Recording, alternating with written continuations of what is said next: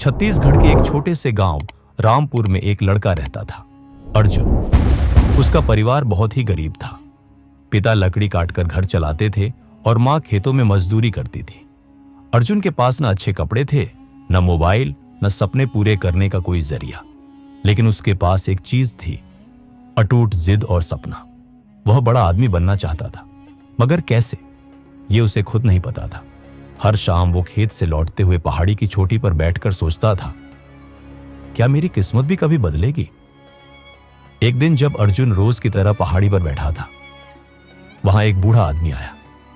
उसके हाथ में लकड़ी की छड़ी थी, आंखें गहरी, जैसे बहुत कुछ जानती हो। वो बोला, बेटा, जो सपना देखता है उसे रास्ता खुद ढूंढना पड़ता है। क्या तुम तैयार हो तकलीफें झेलने के लिए? अर्जुन चौंका। आप कौन हैं? मैं तुम्हारे जैसे बहुतों को रास्ता दिखा चुका हूं, मगर रास्ता हर किसी के लिए खुला नहीं होता। बूढ़े ने उसे एक काली डायरी दी और कहा, हर दिन इसमें अपना संघर्ष लिखो। जब पन्ने भर जाएंगे तो रास्ता खुद सामने आ जाएगा। अर्जुन ने उस दिन से मेहनत की शुरुआत की। वो दिन में खेतों में काम करता और रात में सरकारी नौकरी की किताबें पढ़ता। बिजली नहीं होती थी तो दिए के नीचे पढ़ाई करता। दोस्तों ने मजाक उड़ाया, तू क्या कलेक्टर बनेगा? मगर अर्जुन की डायरी हर दिन भरती जा रही थी, दर्द, संघर्ष और सपनों से। एक दिन एक शहर से आया कोचिंग सेंटर वाला गांव में प्रचार करने आया। उसने कहा, मैं टॉप क्लास की पढ़ाई दूंगा, फीस बाद में लेना। अर्जुन ने भरोसा किया। उसने अपनी मां की बाली बेचकर एडमिशन लिया और शहर चला गया। पर 2 महीने बाद पता चला वो कोचिंग फर्जी थी। उस आदमी ने पैसे लेकर सब बच्चों को ठग लिया था।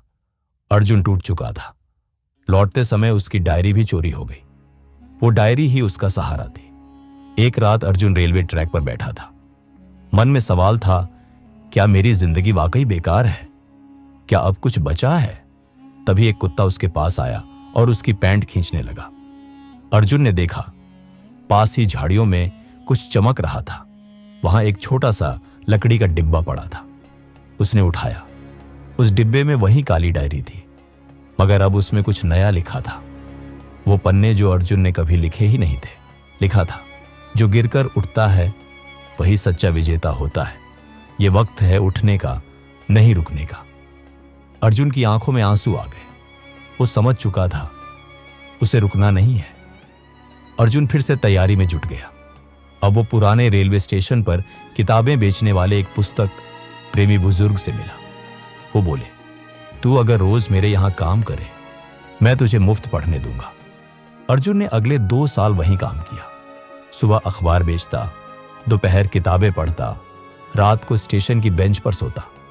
अर्जुन ने अपना पहला सरकारी इम्तिहान दिया और फेल हो गया, मगर अब वो टूटा नहीं। उसने डायरी के पिछले पन्ने पलटे। वहां लिखा था, सपने वही पूरे होते हैं जिनमें हिम्मत हार से बड़ी होती है।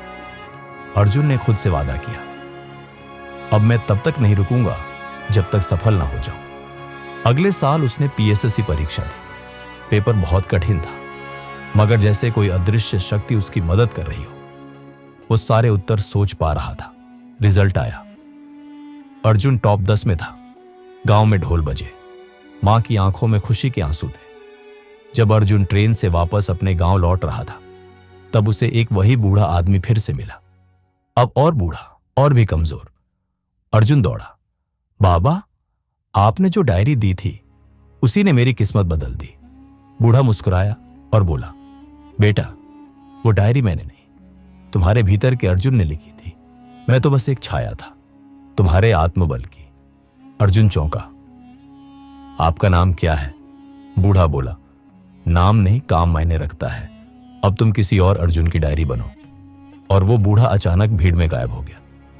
अब अर्जुन खुद एक आईएएस ऑफिसर है। हर साल वो अपने गांव जाता है, गरीब बच्चों को किताबें बांटता है और उन्हें एक काली डायरी देता है। उस डायरी के पहले पन्ने पर लिखा होता है, हर इंसान के भीतर एक अर्जुन है, उसे जगाओ, दुनिया झुक जाएगी।